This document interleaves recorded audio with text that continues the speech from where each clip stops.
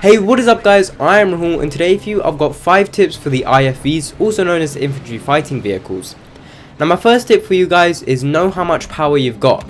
Now in my opinion, the IFVs are probably the most powerful vehicles in the game, and this is because they are basically like tanks. The only thing that they haven't got that tanks do have is that heavy armor, but apart from that they're really decent. And the thing that they can do, which tanks can't, is actually go in water. So remember that you can actually go in water, drive around in water. If it gets all a little bit too much for you, you can jump out of the action and get in water.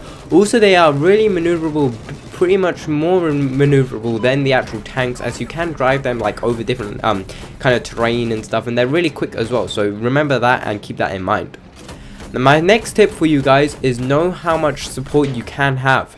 Now the IFV can actually carry 6 troops, so this will mean you in the primary gunner seat, then someone in the secondary gunner seat who will have a machine gun, then you got 4 people, 2 on either side of your IFVs, and they've got machine guns like looking out kind of window things. So this is really effective because you can have you looking forward, your secondary gunner looking backwards, then you got the 2 people on each side, and this will mean that anyone trying to like jump you or C4 you, you're just going to be instantly taking it out, and you're just going to be destroying everyone in your path. So it's a really nice like way of protecting yourself. Even if you've only got 1 person each side, the machine guns in the actual IFV are really powerful, so just bear that in mind. Now my third tip for you guys is pick the right weapons that you want to use. Now the starting off rockets, the rockets you get, like you have like 12 of them to fire, then you have to reload. Those are really great. They work really well against infantry vehicles, sometimes even air vehicles if you can get a few hits on them. So don't really go about changing them unless you unlock the better ones like the Zuni rockets, which can actually lock I like guided rockets. They still work against infantry, but if you shoot it near like enemy IFV, it will kind of like curve its path to hit the IFV if it wasn't going to the IFV originally. Now the secondary weapon you do start off with is a kind of machine gun, and that thing just sucks so bad. Do not use it whatever you do, because although it can take out infantry fairly well, it's not as good as your rockets you get to start off with. So even if like a enemy does come up to you and stuff and you don't really know what to do, don't be switching to that machine gun, because it does take quite a lot of time to take out enemies, and it can't do any damage to any other vehicles. So it's not really practical at all, and it's really inaccurate as well, so I do not like using it.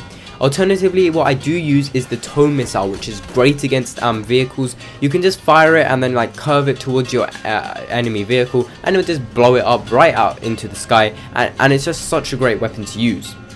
My fourth tip for you guys is know your countermeasures. Now the countermeasures that you can get are either the smoke, the flare kind of things, the extinguisher, or the active protective armor kind of thing.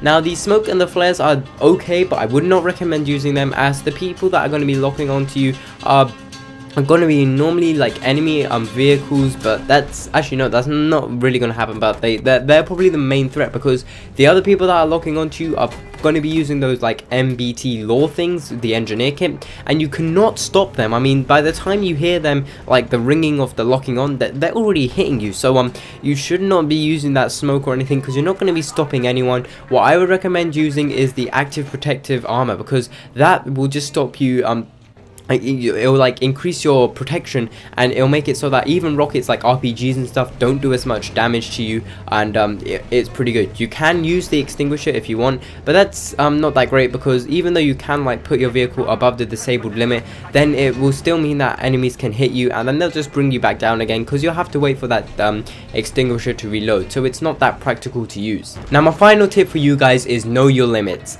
Now the IFV, although it's such a beast, it can be taken out in some time. If you got like enemies working together with rockets, enemy IFVs, tanks, they're going to be taking you out. And it's not like in Battlefield 3 where your vehicle's on a low health. You'll know it, like it's beeping everywhere. You can't really move that well. There's like flashing lights, and then you'll just jump out. But in Battlefield 4, it's not like that. You can't really tell. Like when you're on 10% health, you might think you're on 40% because you're still functioning all fine, but just make sure you're looking at that health constantly, because once you get below like 20, I would say you want to be jumping out, because you're not going to have enough time for the actual vehicle to regen unless you got people repping you from behind.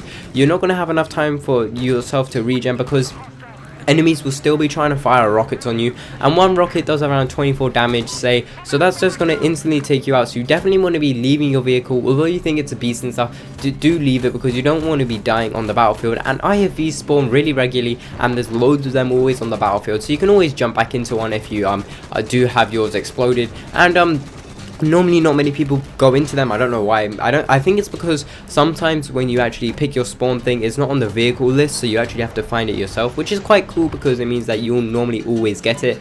But yeah, like I said, just remember that if you are like below 20% health, then do jump out, because you will most likely die.